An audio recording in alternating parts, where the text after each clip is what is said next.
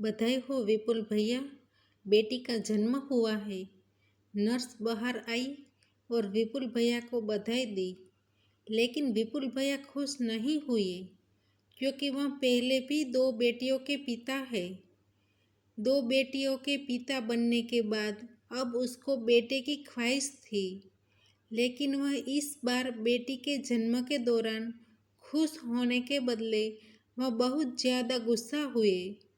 उसने बेटे के लिए अनेक अरमान संजोए हुए थे।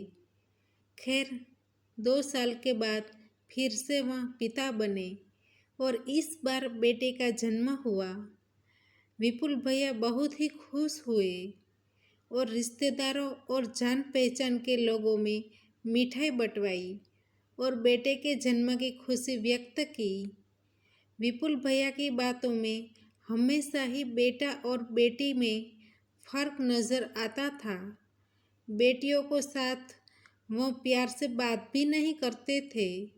इतना ही नहीं, वह कभी भी बेटियों की इच्छा भी पूरी नहीं करते थे और दूसरी तरफ बेटे के बोलने से पहले ही हर इच्छा पूरी कर देते थे। बेटे को जो भी चाहिए, जब भी चाहिए, उसको दिलवा देते थे। बेटे को किसी भी चीज़ के लिए मना नहीं करते थे। इसलिए बेटा बहुत ही जिद्दी और मुंहफट और उद्दंड हो गया था। विपुल भैया की बड़ी बेटी पढ़ने में बहुत ही होशियार थी।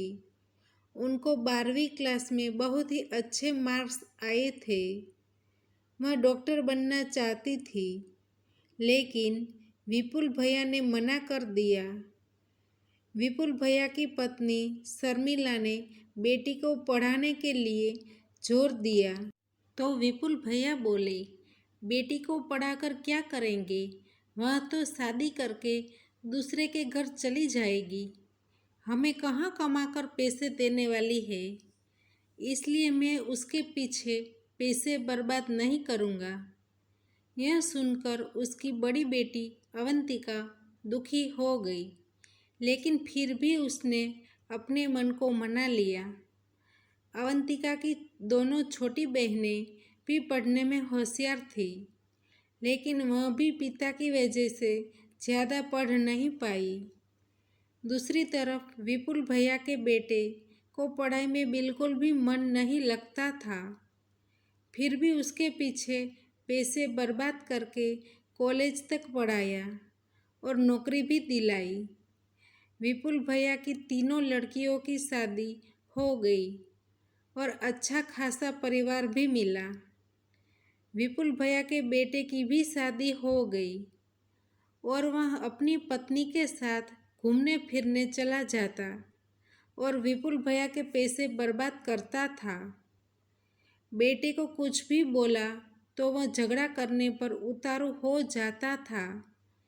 विपुल भैया और उसकी पत्नी शर्मिला मन में बहुत ही दुखी रहते थे, लेकिन वह कुछ भी बोल नहीं सकते थे।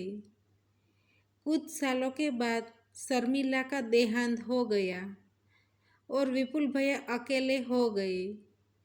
विपुल भैया के लिए एक शर्मिला ही थी जो उन्हें समझ सकती थी, लेकिन वह भी अब चली गई। अब विपुल भैया अपनी जिंदगी में अकेले हो गए थे। बेटा और बहू अपनी जिंदगी में व्यस्त और मस्त थे। दूसरी तरफ विपुल भैया अकेले और चुपचाप रहने लगे थे। अकेले रहने के कारण विपुल भैया की तबीयत भी धीरे धीरे खराब हो रही थी।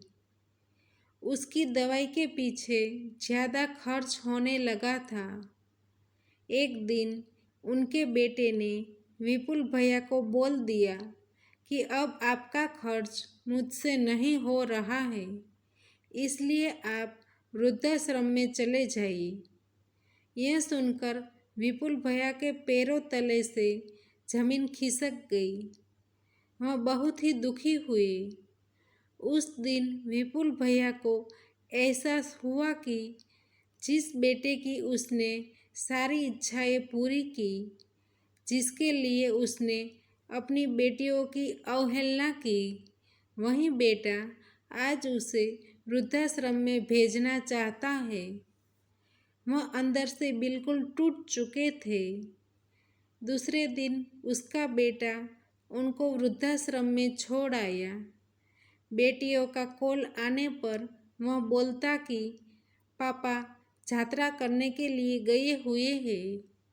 ऐसे ही अलग अलग कहकर वह बहनों को बहाना बनाया करता था। थोड़े दिनों के बाद विपुल भैया की बड़ी बेटी अवंतिका और उसके पति वृद्धाश्रम में दान देने के लिए गए। अवंतिका वहां अपने पिता को देखकर उसकी आंखों में आंसू आ गए और वह दौड़कर अपने पिता को गले लगाकर रोने लगी और बोली, पापा मेरे होते हुए आप यहाँ वृद्धाश्रम में? मैं आपको यहाँ नहीं रहने दूंगी। चलो आप मेरे साथ घर।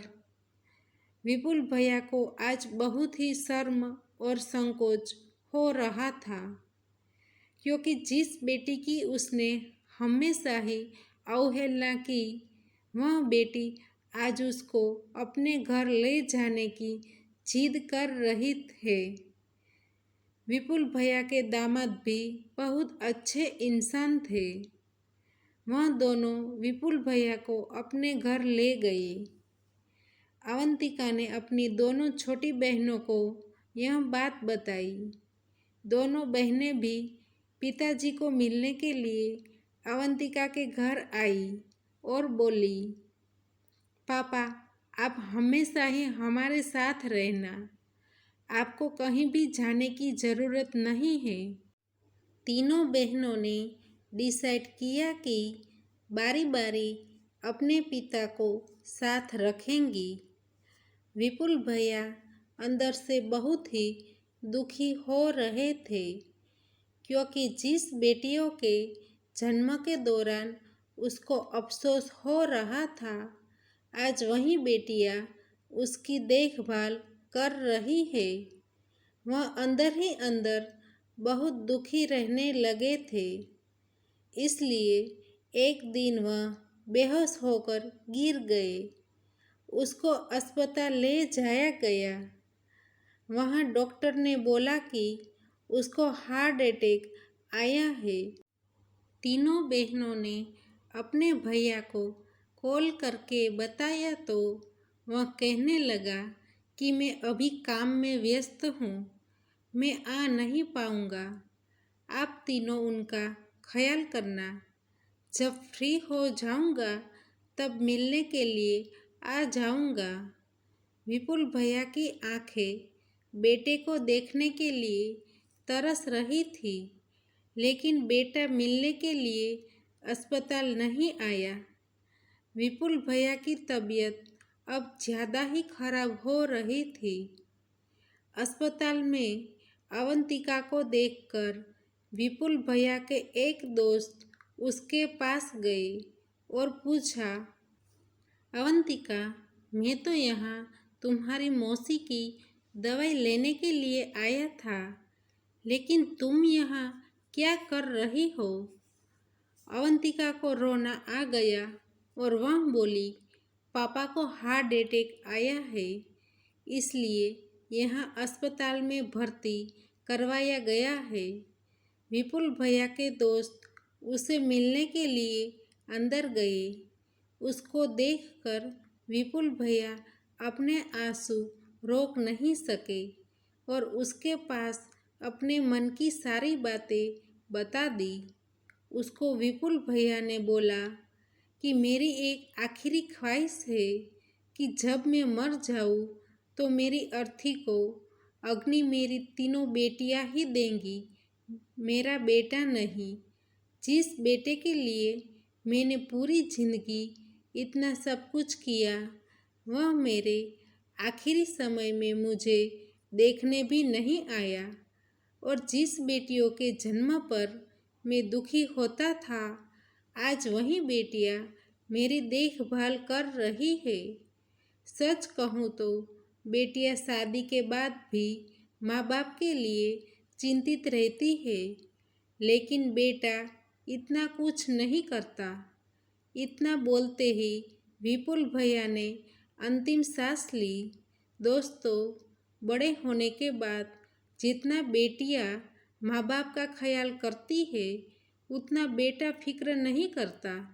दोस्तों, हमारी कहानी आपको पसंद आई है तो वीडियो को लाइक करें और शेयर करें, और चैनल पर नए हैं तो चैनल को सब्सक्राइब करें, और हाँ, नोटिफिकेशन बेल को ज़रूर दबाइए ताकि आने वाली अगली अपडेट आपको सबसे पहले मिल सके। धन्यवाद।